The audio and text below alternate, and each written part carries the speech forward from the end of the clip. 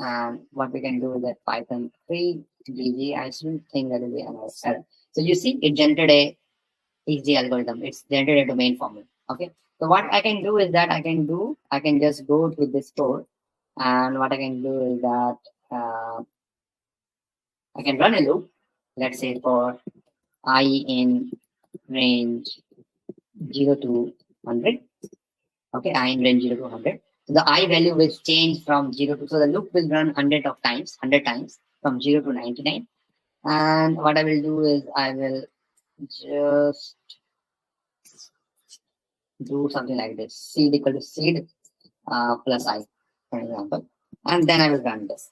And just to be honest, this is the similar manner how the malware writer will write a code in their own malware to generate the domains for them. Okay, and I'll save this, and I will now what I will do is that I will run this. So now you see it generated a lot of DJ domains for me. Okay, with different kind of TLDs, for example, .com, .net, and you now what will happen is that this is the same algorithm that will be running both at the malware writer end and both at the malware end. And let's say it generated hundreds of URLs over here, and the malware also generated hundreds of URLs over here. At least one of them will match. And if at least one of them will match, what will happen is that the malware will be able to kind of have a connection with the C2 server. Okay. So this is a basic code by which what it is doing is that it is generating the DZ. So it's a basic implementation of a DZ algorithm, and this is how the things actually works at the malware end. So I hope this gives more clarity, like how DJ domains works, and what kind of feature or capability does this DJ? Yeah, go on. Any questions? These domains, like the attacker will not be registering. It's just to make the detection impossible. So that is it, right? So these. Yeah. No. So as I told, either the there are two things. Most of these URLs will be registered by the malware author before they initiate the malware attack. Okay. And what the malware will do, they will utilize the same code and they will generate the hundreds of URLs. Okay. And let's say in this hundreds of URLs, the malware will go through one by one and it will try to kind of communicate with these URLs. For an example, let's say it start with this one. It failed because this website is not registered. Then it tried this one, it failed. Then luckily the malware tried to communicate with this URL, for example, and this one got successful. And that's where the malware was able to kind of communicate with the C2 server. And that's where the attacker was able to kind of get hold of that computer, remote control of that computer. Okay. So this is how things actually works in the DJ domain. Okay. So one more question is like the hackers, they know like the random domain is there, like we can easily find like it is a random and it can be suspicious. So why don't they use like good names to for the C2 servers? So yeah. So one of the thing is that this is one of the way to kind of avoid detection and blocking. There are other different ways. You can also one of the thing where I was doing one investigation where the malware was actually trying to communicate with Twitter.com. Actually, Twitter.com. Okay.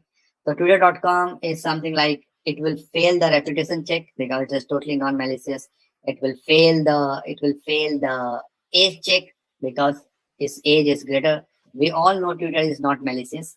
But the thing is that what that malware was doing is that it was doing something like this. Let's say it's malware. Okay. So it was communicating with Twitter. And it was actually reading one specific tweet,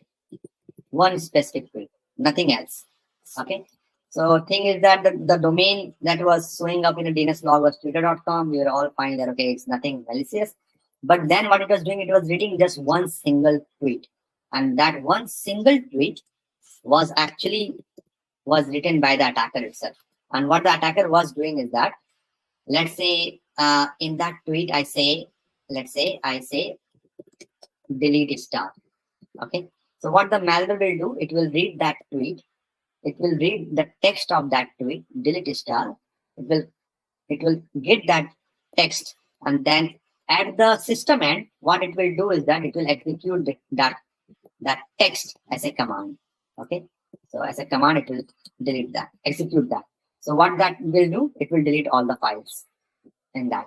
In the similar manner, let's say I don't want to delete, but I want my malware to do certain other action. So what I will do, I will go to my Twitter profile, okay, and in that tweet, I will edit the thing. And rather than delete, I will say, let's say, I will say sleep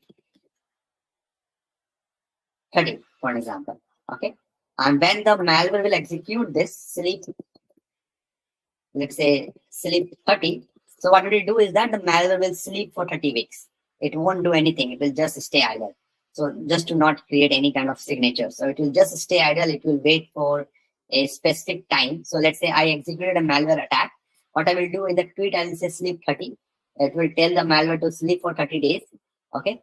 And let's say for an example, I know that, okay, apple.com is it is actually, let's say it is actually launching their own Apple Pro VR glass. Let's say after 30 days, for example, after 30 days, it will disclose their own Apple VR to the world.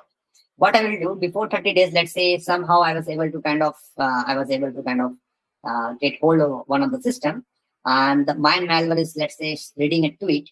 I will say that tweet sleep for 30 days. Okay. So the malware will sleep for 30 days. It will execute this command. It will not do anything. And just on that 30th day, I will change. And what it will only do, at regular interval, it will read my tweets.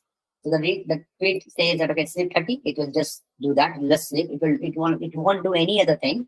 And after 30 days is over, it will again read my tweet. And in that tweet, let's say I say delete star. Okay. So let's say I was able to kind of, let's say the team that was handling the Apple VR team of the Apple, for example, let's say I got hold of their computer. Okay. And what I will do, then this malware will actually execute delete star, and it will delete all the files. So what it will do, it will, so in virtual scenario, what it will do is, let's say attacker is trying to do similar thing. It will impact this company in kind of showcasing their product to the whole world, because their whole data is either encrypted or their whole data is kind of encrypted. Okay. So there are a lot of things that goes by. So DGA, you can always, like, it is not something that the attacker will only depend on DGA based algorithm, based domain. They can also use this kind of functionality, like normal URLs, and that will kind of event detection, and they can kind of, you just read the tweet and kind of do the work for you. Okay. So just does that seems interesting, and does it, like, do you guys have any additional question on DGA part? No, sir. Thank you, sir. Actually, previously we did this ransomware simulation lab.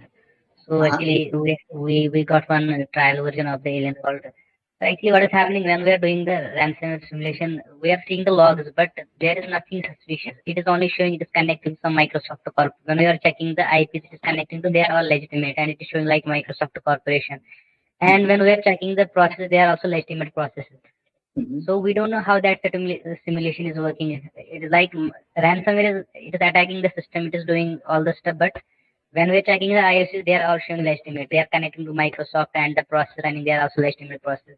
So in that case, how can we identify how that ransomware simulation is working? Like, okay, so this is something which I will be discussing during the forensics part, actually. Okay, so in that forensics part, one of the thing I want to ask you, the IOC that you checked, what kind of IOC was it? Like, was it like disk-based IOCs? No, so actually it was some process was running in the background, and it was like, it is some legitimate process, Microsoft related, and it is connecting to Microsoft corporation. That IP is also legitimate, that belongs to Microsoft. Okay, so maybe in next week we'll be sharing the logs with you so that you can have a look. Okay, so that's the issue. Thing is that those IOCs are not good because there is something called as leaving of the land.